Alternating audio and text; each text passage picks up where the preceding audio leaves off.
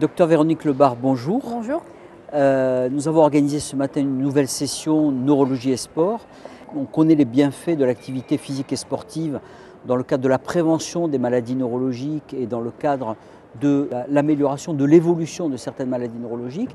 Et on vous a demandé, étant donné votre expertise, de parler du concept de sport santé, c'est-à-dire du bien-être de l'activité physique et sportive.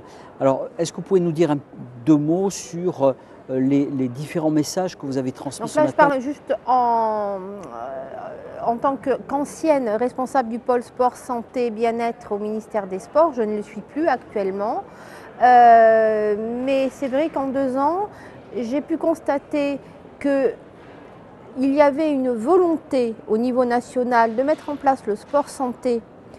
Donc d'organiser, de répertorier, de former tous les acteurs du sport santé au niveau national.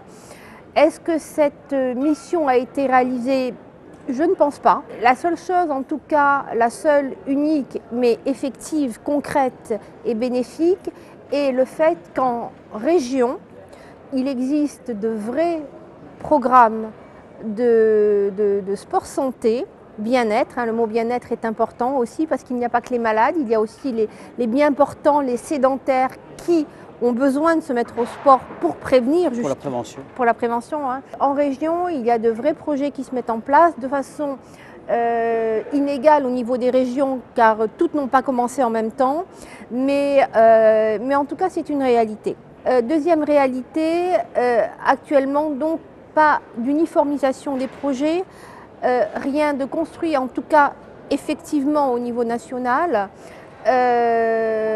et donc un vrai problème de formation des acteurs, car quand un praticien doit alors prescrire ou recommander du sport ou de l'activité physique à un de ses patients, il est désemparé car il ne sait pas où adresser ses patients. Et question très très importante, il ne sait pas si en adressant son patient à tel club de foot, de tennis ou de judo, ce patient porteur de pathologie va être bien encadré par un éducateur sportif ou un entraîneur formé à la pathologie ou en tout cas au groupe de pathologie dont souffre son patient.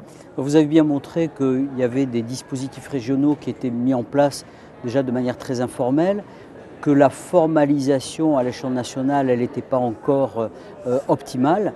Il y a une autre actualité, c'est le débat sur l'activité physique et sportive. Est-ce que ça doit être une prescription, auquel cas il y a toujours la responsabilité médicale qui va derrière, ou est-ce que c'est une recommandation? On sait qu'il y a plusieurs programmes, notamment à l'échelon de la municipalité ou à l'échelon territorial, qui font de la promotion du sport en tant que sport santé bien-être.